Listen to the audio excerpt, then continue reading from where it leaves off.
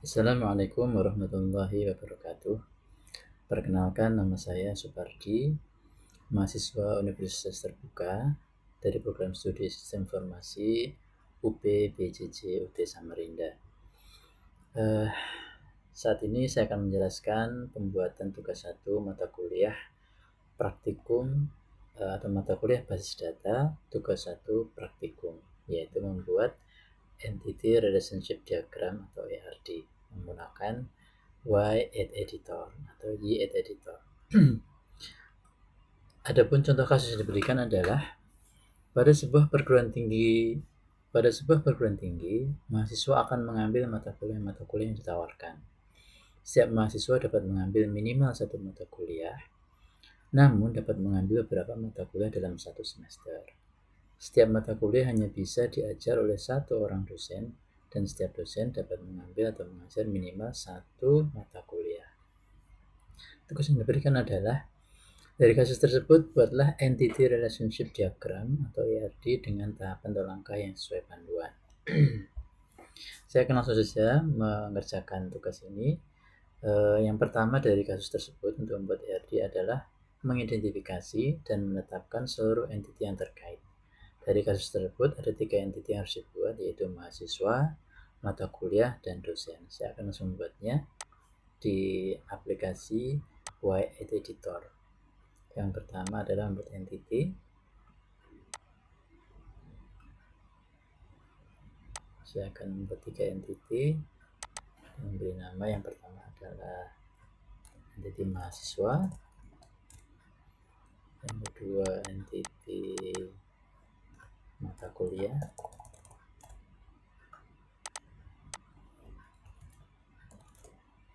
yang ketiga adalah entity dosen. Untuk merapikan, saya biasa menggunakan menu edit, align node, align vertically. Baik, 3 entity sudah saya buat. Langkah selanjutnya adalah menentukan atribut-atribut atau field dari masing-masing entity beserta kuncinya atau key-nya. Karena tidak ditentukan, pada kasus tidak ditentukan apa atribut-atributnya, maka kita akan menggunakan field secara umum, yaitu misalnya mahasiswa memiliki atribut NIM atau nomor induk mahasiswa dan nama mahasiswa, ini minimal. Atribut key-nya adalah NIM. Yang kedua, mata kuliah memiliki atribut kode mata kuliah dan nama mata kuliah. Di sini atribut primary key-nya adalah kode mata kuliah. Sedangkan dosen di sini contohnya adalah memiliki atribut NID atau nomor induk dosen dan nama dosen. Atribut primary key-nya adalah nomor induk dosen. Saya akan mempraktekkan di sini membuat atributnya.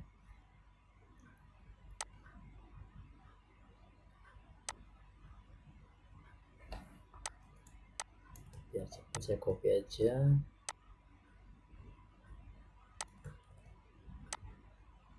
Saya akan beri nama atribut yang ada ini. Sini adalah atribut NIM. Mahasiswa punya atribut NIM. Kemudian atribut yang lain dari mahasiswa adalah nama mahasiswa.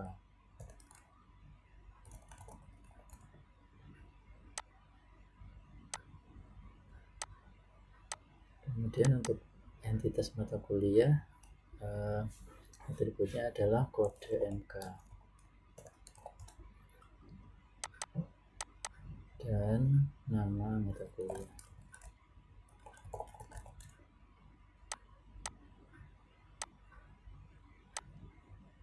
Sedangkan untuk entitas dosen mempunyai atribut nomor induk dosen dan nama dosen.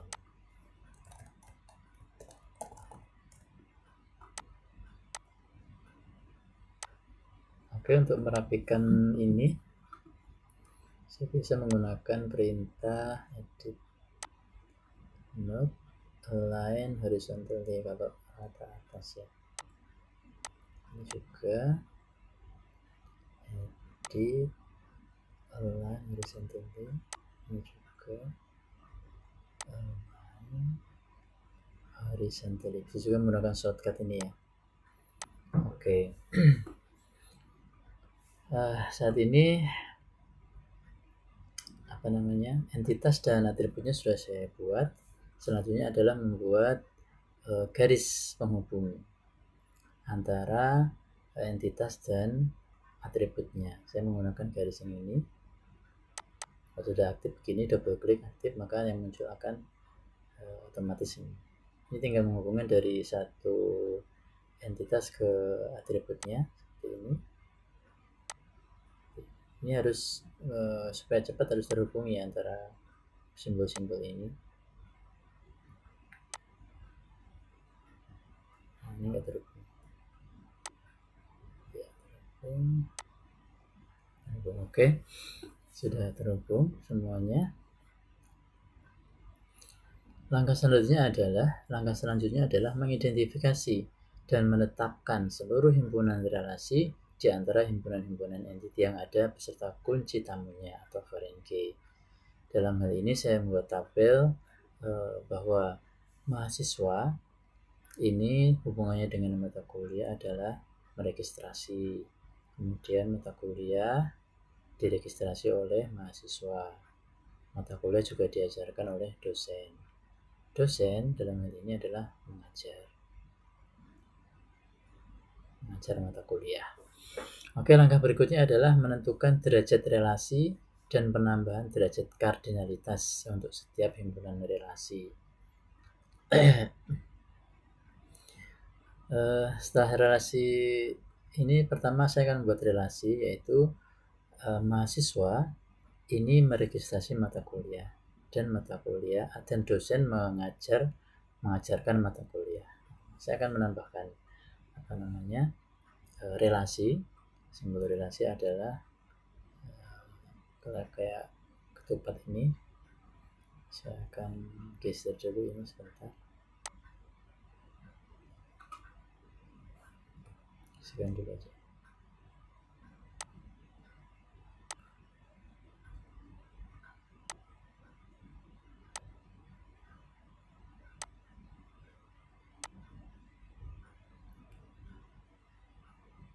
Oke, saya akan membuat simbol relasi. Simbol relasi di sini dan di sini, dimana mahasiswa relasinya adalah meregistrasi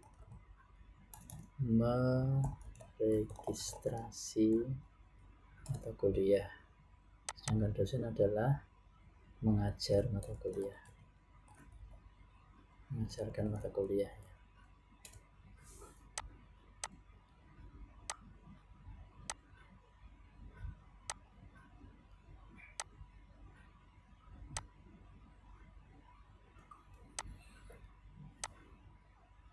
Dan saya urutkan line vertically. Selanjutnya saya akan menghubungkan tahap pertama, menghubungkan dengan garis relasi seperti ini.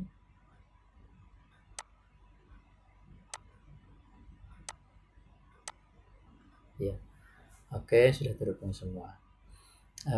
Langkah berikutnya adalah membuat derajat kardinalitas.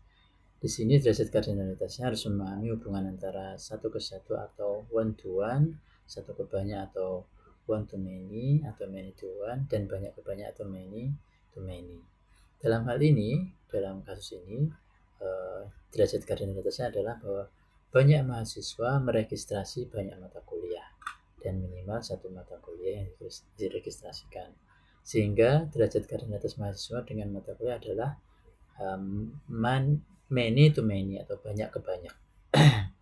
Untuk derajat kardinalitas dosen dan mata kuliah, banyak dosen mengajar minimal satu mata kuliah, sehingga derajat dosen dengan mata kuliah adalah one to many atau satu ke banyak. Nah, saya akan praktekkan membuat derajat kardinalitas, yaitu caranya seperti ini. Kita bisa membuat dari simbol ini atau mengubah tipenya. Karena ini many to many atau banyak ke banyak, kita bisa merubah tipe garisnya di sini, properties. Nah, di source law ini kita bisa ganti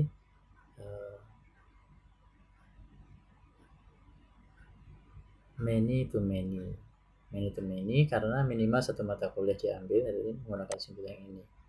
Coba apply. Nah, Oke. Kemudian yang ini banyak mata kuliah bisa diambil oleh mahasiswa. Bisa kita ganti propertiesnya dengan sini many. Oh salah ya. Salah karena tadi garisnya dari sini. Kita bisa undo dulu. Nah, sebenarnya bisa kita hapus dan bikin garis ulang menggunakan ini, tapi arahnya dari mata kuliah ke arah meregistrasikan. Tadi kalian bikinnya dari kiri ke kanan ya, sehingga sebenarnya di sini akan saya hapus saja. Saya akan bikin dari tombol ini, double klik atau apply, tuh. Kemudian saya tarik dari sini ke meregistrasi. Nah, oke. Selanjutnya relasi antara mata kuliah dan dosen. Dosen ini disebutkan bahwa mengajar minimal satu mata kuliah dan bisa mengajar banyak mata kuliah. Maka saya akan menggunakan ini, saya hapus saja karena sudah berubah tadi. Kalau yang ini tadi dari kiri ke kanan, dia bisa saya ganti menggunakan simbol yang mini. Propertiesnya ini ganti dengan yang ini. Oke, sedangkan dari dosen ini dia satu ke banyak ya, tapi minimal satu bisa diregistrasikan, sehingga dia menggunakan simbol yang ini. Maksud saya satu bisa diajarkan, satu mata kuliah bisa diajarkan, sehingga menggunakan simbol yang ini. Kita tarik ke sini. Oke, sip. Ini langkah menentukan derajat kardinalitasnya sudah selesai dibikin. Langkah berikutnya adalah, atau sebelumnya saya jelaskan bahwa cara membacanya, mahasiswa dengan mata kuliah dapat dibaca banyak mahasiswa meregistrasikan banyak mata kuliah dan minimal satu mata kuliah. Sedangkan dosen dengan mata kuliah dapat dibaca bahwa satu dosen mengajar banyak mata kuliah, tetapi mata kuliah yang hanya diajarkan oleh satu dosen.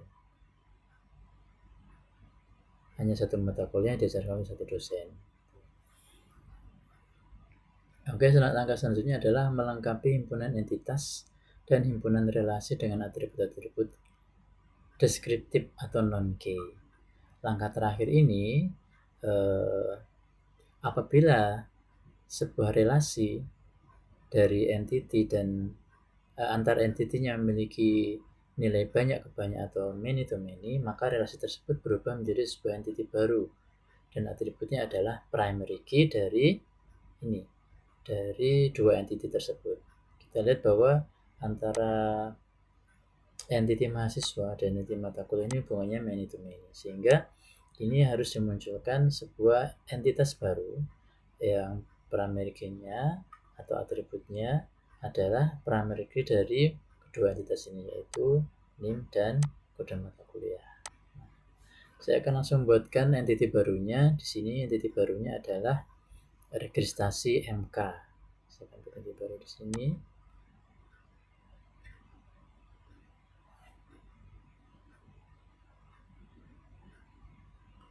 Oke, namanya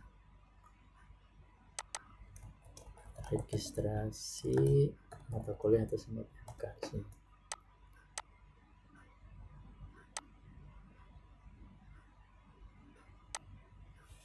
Ya. Kemudian atributnya adalah primary key dari atribut dua entitas tersebut. Saya tinggal copy saja, ada atribut NIM dan ada atribut kode mata kuliah yang akan jadi atributnya entity baru tersebut.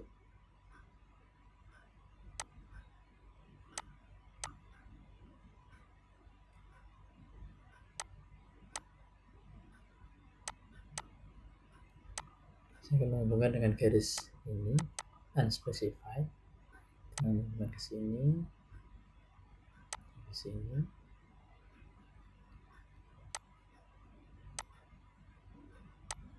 Ya. Oke. Nah, sekarang tinggal relasi baru yang muncul antara entitas baru ini dan entitas lamanya. Saya akan membuatkan relasi baru di mana butuh spacing agak panjang ya. Saya akan lebarkan dulu ini.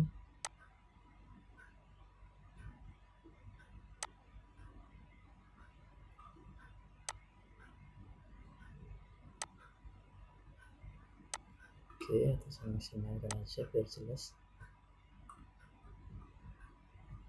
untuk melihat ini. Nah, ini mahasiswa meregistrasikan. Ini sebentar saya hapus dulu. Dan mata kuliah diregistrasikan. Mahasiswa meregistrasi, sedangkan mata kuliah itu diregistrasi.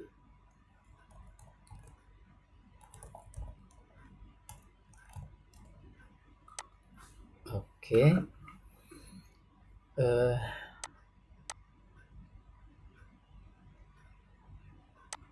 Kita rapikan dulu biar enak dilihat. Not send align vertically. Oke. Kita akan lihat lagi simbol relasinya. Sekarang simbol relasinya berubah. Yang di sini tetap many to many ya. Untuk yang di sini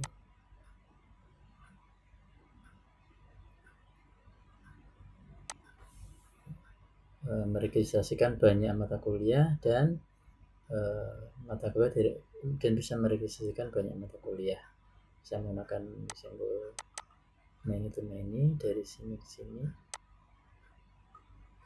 Ini ya, ini belum nyambung. Oke. Nah, adapun yang di sini relasinya akan berubah. Ini dia prosesnya satu aja. Kita bisa ganti propertiesnya di sini menjadi seperti ini. Oke, dan di sini kita menggunakan simbol yang ini. Oke. Nah, untuk menandai entitas baru kita tambahkan garis putus-putus. Ya, bisa mengambil dari sini ya, gambar shape ini, kita ini, dan propertiesnya kita fill colornya kita no color, kemudian lentiknya putus-putus.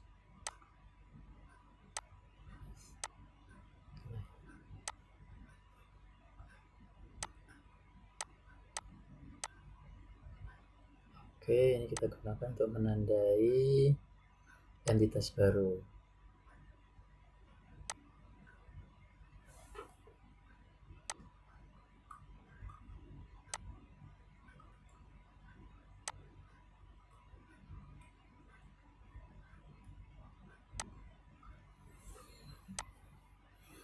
Oke.